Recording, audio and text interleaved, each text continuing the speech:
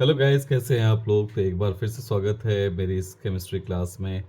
तो आज हम बात करने जा रहे हैं, यानी आज की वीडियो कुछ खास होने वाली है, क्योंकि आज की वीडियो में हम केमिस्ट्री का सबसे बेसिक कॉन्सेप्ट स्टार्ट करने वाले हैं। तो मेरी कोशिश है उन बच्चों के लिए कि जिन बच्चों को केमिस्ट्री नहीं आती है या उनको केमिस्ट्री अच्छी नहीं लगती, तो मैं कोशिश करूँगा कि उनकी केमिस्ट्री इम्प्रूव हो जाए। तो आज हम सबसे बेसिक कॉन्सेप्ट से स्टार्ट करेंगे। ओके, तो सबसे basic concept in the sense हम स्टार्ट करेंगे लैंग्वेज ऑफ केमिस्ट्री से। ओके, लैंग्वेज ऑफ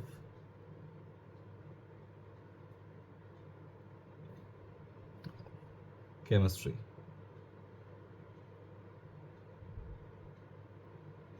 ओके, तो आज हम बात करेंगे, यानी इट मीन्स केमिस्ट्री की सबसे बेसिक नॉलेज के बारे में बात करेंगे, सबसे बेसिक कॉन्सेप्ट बात करेंगे, एलिमेंट्री नॉलेज के बारे में बात करेंगे। ओके, तो चलिए स्टार्ट करते हैं। तो आप सब जानते हैं, हम लोग जानते हैं कि हमारे सराउंडिंग में चारों तरफ क्या होते हैं, चेंजेस। ओके, क्या चीज़ें, चेंजेस होते हैं। अब वो चेंजेस कैसे हो सकते हैं? दो तरह के चेंजेस होते हैं। एक उस एक ऐसे चेंजेस जिसमें सब्सटेंस की प्रॉपर्टी में कोई चेंज ना हो।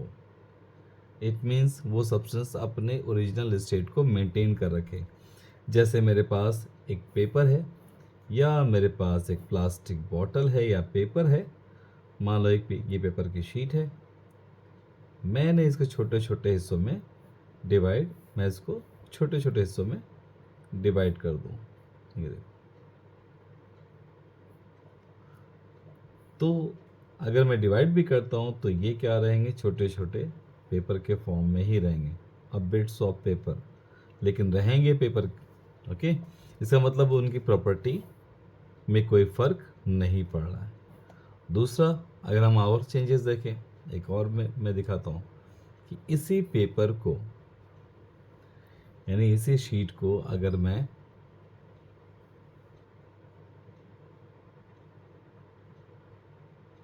बर्न कर दूं, जला दूं।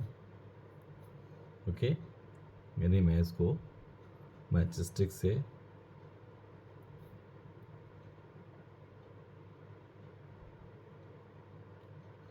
जला दूं, तब क्या होगा? हम्म? अगर इसको मैं जला देता हूँ, सपोज करो बर्न कर देता हूँ, तो इस पेपर के साथ क्या हो सकता है? कुछ देर बाद आप देखोगे इस पेपर की सिर्फ यहाँ पर एशेज बचेंगे। ओके, सिर्फ और सिर्फ एशेज बचेंगे। ओके, और साथ में क्या होगा, कुछ फ्यूम्स भी निकलेंगे।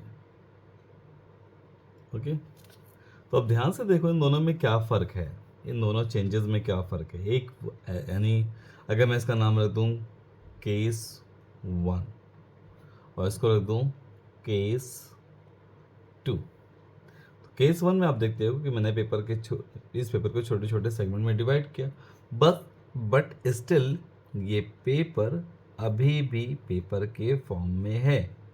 इसका मतलब इसमें प्रॉपर्टी का कोई चेंज नहीं होता है। ओके, वेरएज केस 2 में अगर आप देख सकते हो, केस 2 में क्या होता है कि अगर मैं पेपर को जला रहा हूँ, बर्न कर रहा हूँ, तो पेपर जलने के बाद क्या होता है, यहाँ पर कुछ एशेस के फॉर्म में रहते हैं, यहाँ पे एशेस बनती हैं, ठीक, जिसे हिंदी में आप राख कह सकते हो। साथ में क्या होता है, यहाँ से कुछ फ्यूम्स निकल रहे होते हैं। ये फ्यूम्स ज़्यादातर किसके होंगे, कार्बन डाइऑक्साइड के, और यहाँ पर क्या बचेगा, सिर्फ कार्बाइड आप कह सकते हो। ओके, तो यहाँ पर दोनों कॉन्सेप्ट में देखो कि एक में न्यू सब्सटेंस बन रहा है, एक में आपके पास न्यू सब्सटेंस, और यहाँ पर नो न्यू सब्सटेंस। ओके, तो हमारे सराउंडिंग में जनरली चेंजेस इसी तरह के होते हैं। ओके, तो एक ऐसे चेंजेस होते हैं जिसमें प्रॉपर्टी सब्सटेंस की चेंज नहीं होती, दूसरे में प्रॉपर्टी सब्सटेंस की चेंज हो जाती है। इसी को हम एक छोटे से सेगमेंट में डिवाइड करेंगे। ओके, इसी का नाम हम रखेंगे यहाँ, या उसको बताएंगे कि ये जो हमारा केस 1 जो चेंज है उसे बोलते हैं हम फिजिकल चेंज। क्या बोलते हैं? Physical changes. और यहाँ पर आप देख सकते हो कि यहाँ पे क्या होगा, यहाँ केमिकल चेंजेस हो रहे हैं। क्यों? क्योंकि न्यू सब्सटेंसेस फॉर्म। ओके, तो इस चेंज को हम लोग क्या बोलेंगे? केमिकल